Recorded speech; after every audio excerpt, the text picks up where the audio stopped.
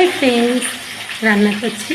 আজকের মেনু হচ্ছে মাছের ঝোল, আলু টমেটো দিয়ে, সবজি নেই, আর পটল আছে, চিংড়ি দিয়ে পটলের তরকারি হবে।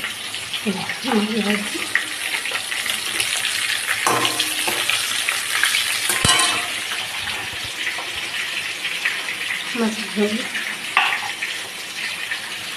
পটল,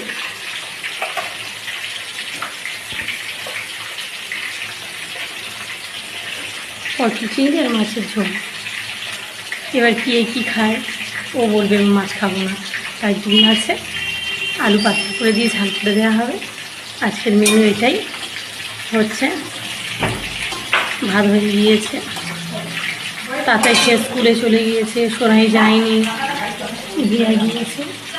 এবার টিফিন হবে, ছোলা আছে ভাজবো, কলা বেরিয়েছে একটু একটু, ছোলাটা মা বললো ভাজতে, ছোলা ভাজা মুড়ি আর চা হবে। এতগুলো বাকি,